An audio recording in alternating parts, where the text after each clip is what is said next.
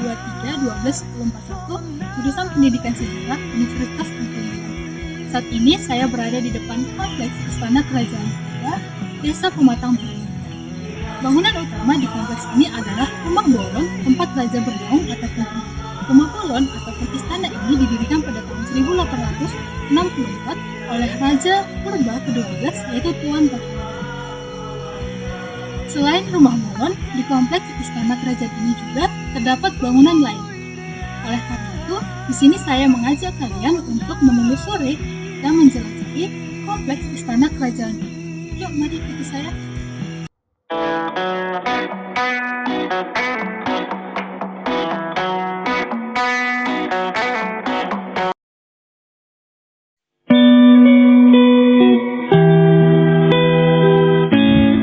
Keseluruhan kompleks Rumah Bolon. Di kompleks istana terdapat 8 kompleks bangunan yang berdiri secara terpisah. Setiap bangunan memiliki penamaan dan fungsi yang berbeda. Bangunan itu yakni Rumah Bolon, Balai Bolon, Patangan Raja, Patangan Permasyuri, Jambur, Balai Butu, Jabu Jingga, dan Losok.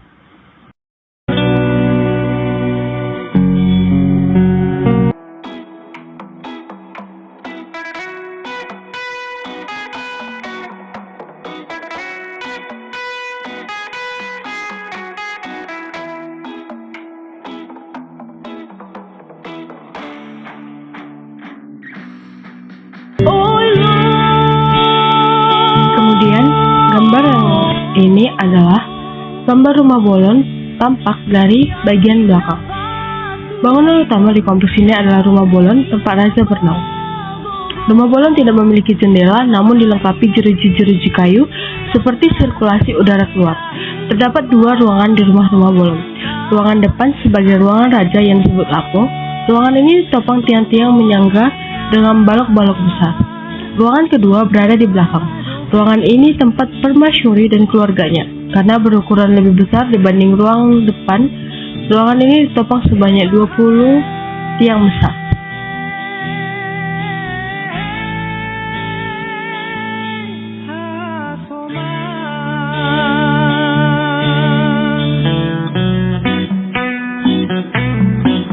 Rumah Bolon ataupun tempat Raja Batak Simalungun di Pematang Purba tampak bagian depan Rumah Bolon. Rumah adat Bolon Simalungun yaitu Istana Peninggalan Kerajaan Purba dibangun pada tahun 1864 oleh Raja Purba ke-12 Tuan Rahalin, seorang raja yang pernah berjaya di Simalungun pada pertengahan abad ke-19. Rumah adat Bolon Simalungun berada di Desa Pematang Purba, Kabupaten Simalungun, Sumatera Utara. Lokasinya sekitar 200 meter dari jalan umum. Rumah adat Bolon yang berada di Desa Pematang Purba dahulunya merupakan istana dari Kerajaan Purba. Rumah ini juga digunakan sebagai istana oleh para raja dan tempat menyambut tamu. Raja terakhir yang memimpin dan menempati rumah adat Bolon adalah Tuan Mogangi yang konon jasadnya hingga kini belum ditemukan. Rumah adat Simalungun berfungsi sebagai tempat tinggal raja dan istana raja. Dari rumah inilah raja melakukan aktivitas dalam mengatur kerajaan. Bangunan rumah adat Bolon dikategorikan sebagai jenis bangunan Pinar Horbo yang proporsinya adalah panjang bangunan 2,5 sampai 3 kali lebar bangunan dan tingginya 1,5 sampai 2 kali dari lebar bangunan. Dalam pembangunannya, Pinar Horbo selalu dibangun menghadap ke timur atau arah matahari terbit.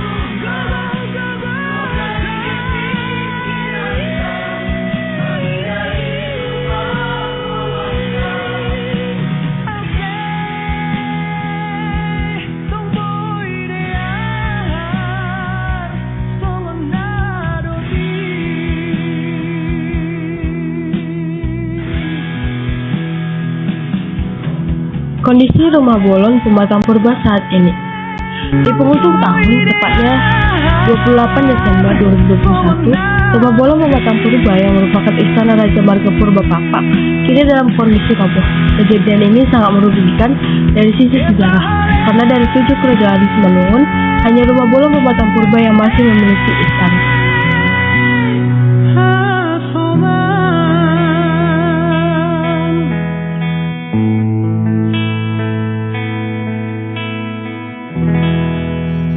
Kondisi bagian depan rumah bolon ataupun istana. Kondisi rumah bolon ataupun istana raja, jika kita lihat dari sisi depan sudah hancur, tidak ada lagi bagian depannya. Hanya bagian tengah dan bagian belakang saja yang tersisa. Atap yang dulunya terbuat dari ijuk atau daun rumbia sekarang sudah berubah menjadi menggunakan atap seng.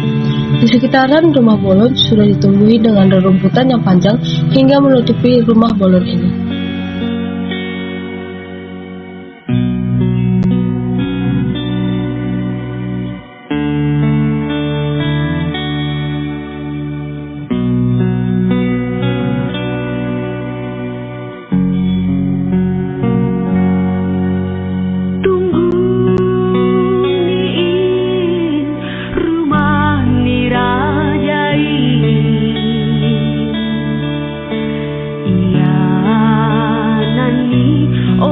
Rumah butuh atau tempat prajurit atau pengawal.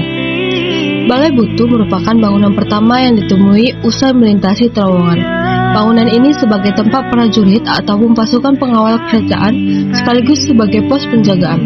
Berbentuk persegi 4 dengan atap dari ijuk, berukuran panjang 4,85 meter, lebar 4,13 meter, dan tinggi 4,5 meter.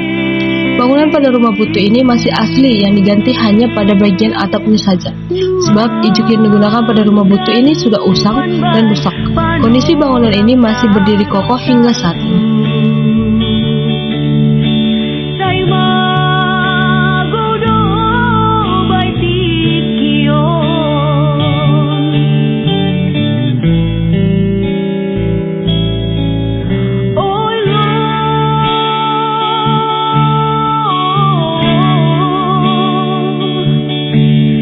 Jabu Jungga, tempat tinggal Panglima Kerajaan. Di sisi kanan, terpisah dari istana, terdapat Jabu Jungga yang merupakan tempat tinggal keluarga Panglima Kerajaan.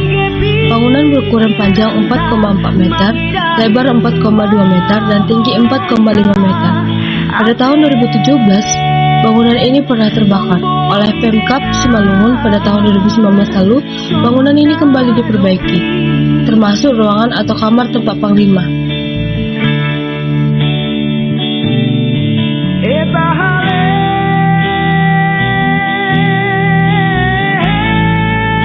Bangunan asli yang sudah terbakar. Bangunan rumah Utte Jungga, bangunan yang pernah ditempati oleh Panglima Kerajaan Purba di Komplek Rumah Bolon Purba, Nagori Pematang Purba, Kecamatan Purba, terbakar pada hari Senin, tanggal 5 bulan 6 2017, sekitar pukul 8 WIB.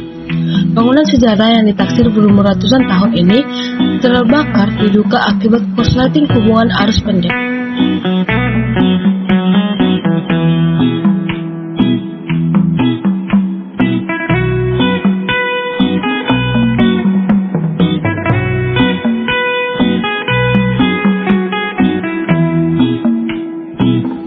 Kondisi Jabu Jungga atau tempat tinggal Panglima Kerajaan setelah dibangun kembali.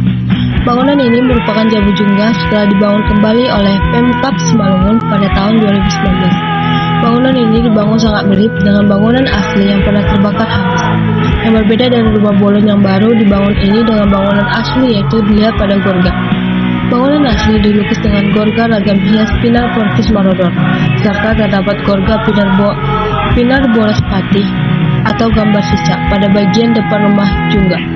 Sedangkan bangunan baru digambar dengan ragam hias daun pakis yang berhadap-hadapan serta tidak terdapat pinar bolas patih di bagian depan rumah bolon.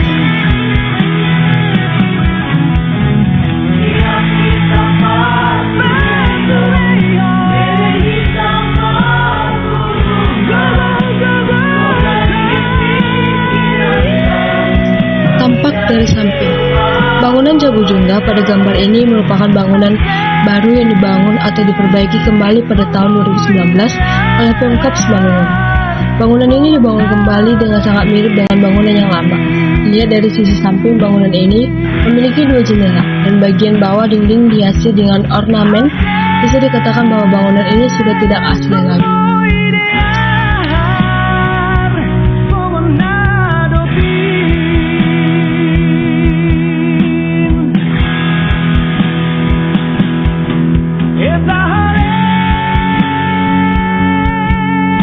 Batangan Raja. Bangunan kecil berukuran panjang 2 meter, lebar 1,5 meter, dan tinggi 3 meter ini terletak tepat di depan rumah Bolon, menjadi tempat peristirahatan para raja. Bangunan ini berlantai 2, dinding ruangan lantai atas terbuat dari anyaman bambu. Bangunan ini masih utuh dan bertahan sampai saat ini. Kondisi batangan raja ini masih sama seperti yang digambar, yang diganti hanya bagian atap saja, ataupun ijuk.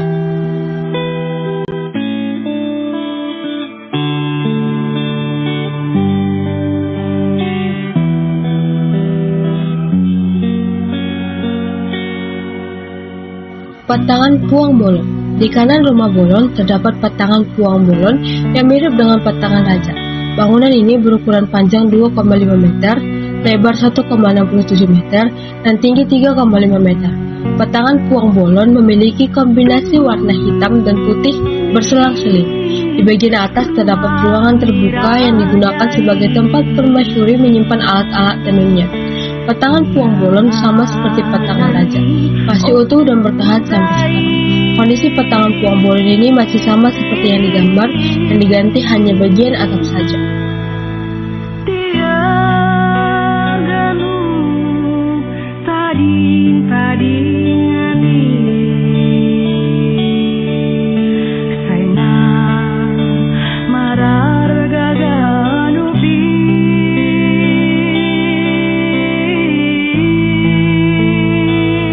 Balai Bolon. Di masa kejayaan, kerajaan purba memiliki aturan yang tegas termasuk pemberian hukuman. Itulah alasan didirikan sebuah bangunan bernama Balai Bolon. Bangunan ini berfungsi sebagai ruangan rapat dan tempat pengadilan. Berdiri sepanjang 13,32 meter, lebar 6 meter, dan tinggi 5 meter. Sama seperti bangunan Losung, bangunan Balai Bolon ini juga masih berdiri kokoh hingga saat ini. Sama seperti yang di dalam gambar, hanya saja sekarang sudah dikelilingi oleh rerumputan panjang.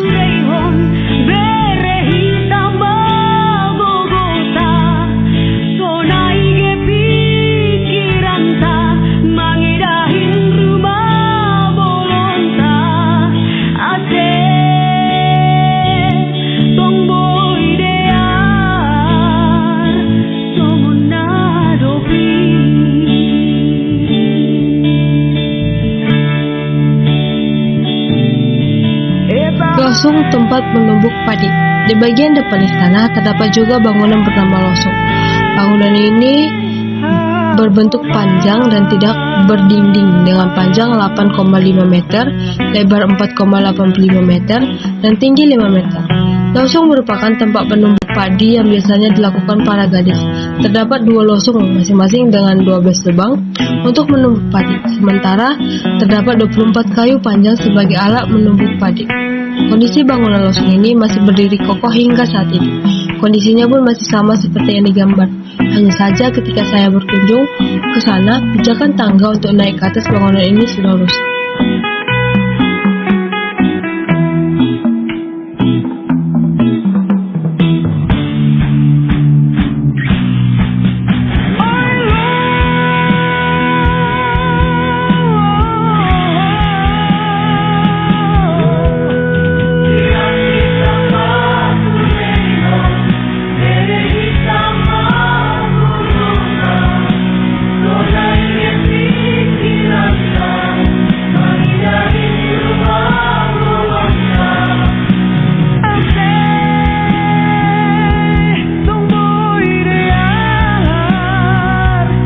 Jambur.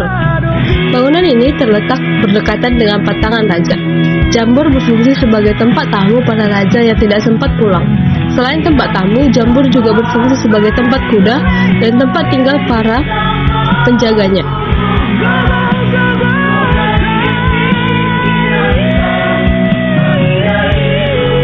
Kondisi jambur sekarang.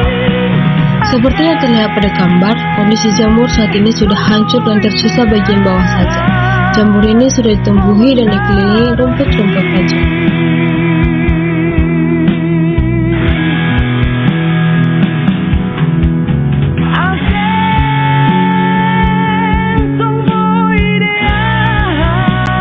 Nama raja-raja kerajaan purba. Rumah Bolon purba menjadi singgasana 14 raja turun-temurun. Raja pertama, Tuan Pangultop Ultop, berkuasa sejak 1624 sampai 1648. Yang kedua, Tuan Rajiman, berkuasa di tahun 1648 sampai 1669. Ketiga, Tuan Nanggaraja, berkuasa tahun 1670 sampai 1692. Keempat, Tuan Batiran, berkuasa di tahun 1692 sampai 1717. Yang kelima, Tuan Bakaraja, berkuasa di tahun 1718 sampai 1738. Keenam, Tuan Baringin, berkuasa di tahun 1738 sampai 1769. Ketujuh, Tuan Bonabatu, berkuasa antara 1769 sampai 1780. Berlanjut ke Raja ke-8, Tuan Raja Ulan, yang berkuasa di tahun 1781 sampai 1796. Ke-9, Tuan Atian, berkuasa di tahun 1800 sampai 1825. Ke-10, Tuan Horma Bulan, berkuasa di tahun 1826 sampai 1856. Ke-11, Tuan Raondok, berkuasa di tahun 1856 sampai 1886. Ke-12, Tuan Rahalim, berkuasa dari tahun 1826 sampai 1921. Ke-13, Tuan Karel Tanjung, berkuasa di tahun 1921 sampai 1931. Dan ke-14, Tuan Mogang, yang berkuasa tahun 1933 hingga 1947.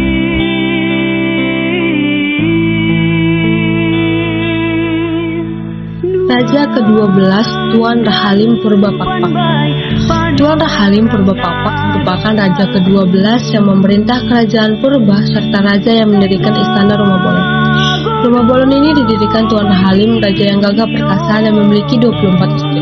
Tapi yang tinggal di istana hanya Puang Bolon ataupun permasyuri dan 11 orang nasi puang atau seliar serta anaknya sebanyak 46 orang. Yang 12 orang lagi tinggal di kampung-kampung di wilayah kerajaan.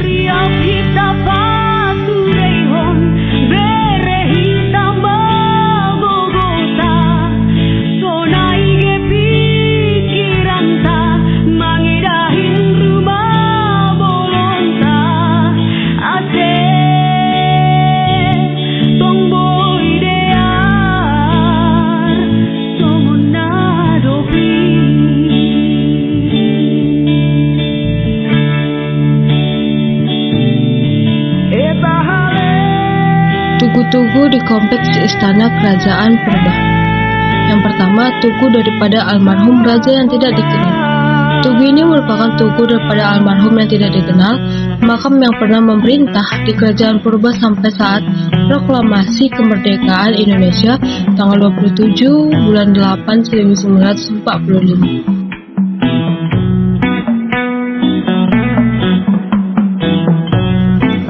Tugu Raja pertama, Tuan Hapul Purbapakpak Parultop Ultop.